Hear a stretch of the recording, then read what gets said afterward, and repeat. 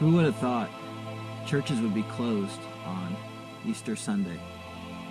You know, I was just reading a story in the Bible about a man. His name was Lazarus. And he went through similar circumstances we're going through now. He was very close friends with Jesus. And at one point he got really sick, just like the people nowadays, they don't know what's going to happen to him, and he got really sick, and his sisters were very concerned about him. And so they sent a message to Jesus, knowing it wasn't going to be good for him.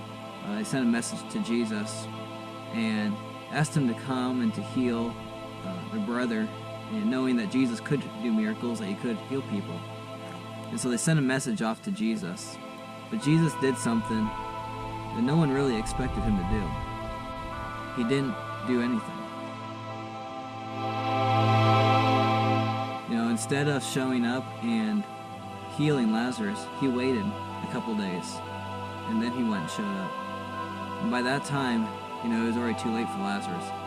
And when he did show up, everyone was pretty upset with him, and they couldn't understand why Jesus, who had the power to heal Lazarus, why he wouldn't show up and heal him. But he did show up later, and he actually cried for Lazarus because he was grieving about Lazarus' death, and he asked to be brought to Lazarus' tomb. When he was brought to his tomb, he said, "Lazarus, come here." And Lazarus was brought back from the dead. He came up, he rose up, he walked out, and a miracle that no one that day probably ever forgot. And have you ever felt like you've been in a situation where you pray and pray, and God is just silent? He just doesn't seem to show up. And I think sometimes God doesn't necessarily, just like when Lazarus, doesn't necessarily show up to fix our problems. Sometimes he waits till our problems get completely impossible before he'll show up and do an amazing miracle in your life that you have never seen otherwise.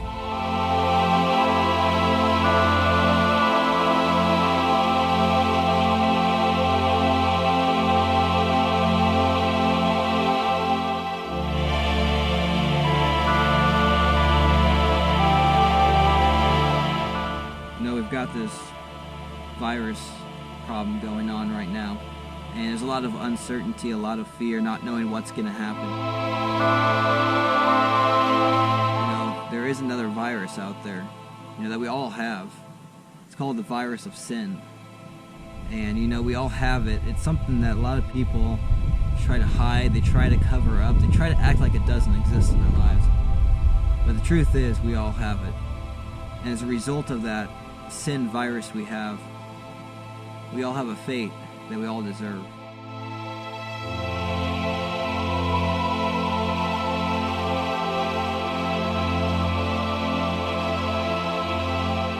But you know what? There is actually a cure for the sin virus. Jesus came to earth. He was tortured, betrayed, and ultimately he died a very gruesome death. He's laid in a grave. And after that, a lot of hope was lost for a lot of people.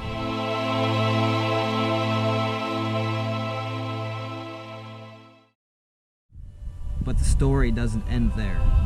Jesus, 3 days later, he rose from the dead, he conquered death, and he came back for one purpose: to give us that cure for that sin virus we have.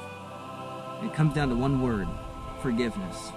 Jesus offers forgiveness for all of our sins that we've committed. And he holds it out in his hand, just waiting for us to take it from him. All we have to do is reach out and accept that forgiveness that Jesus wants to give you. And that is what Easter is about.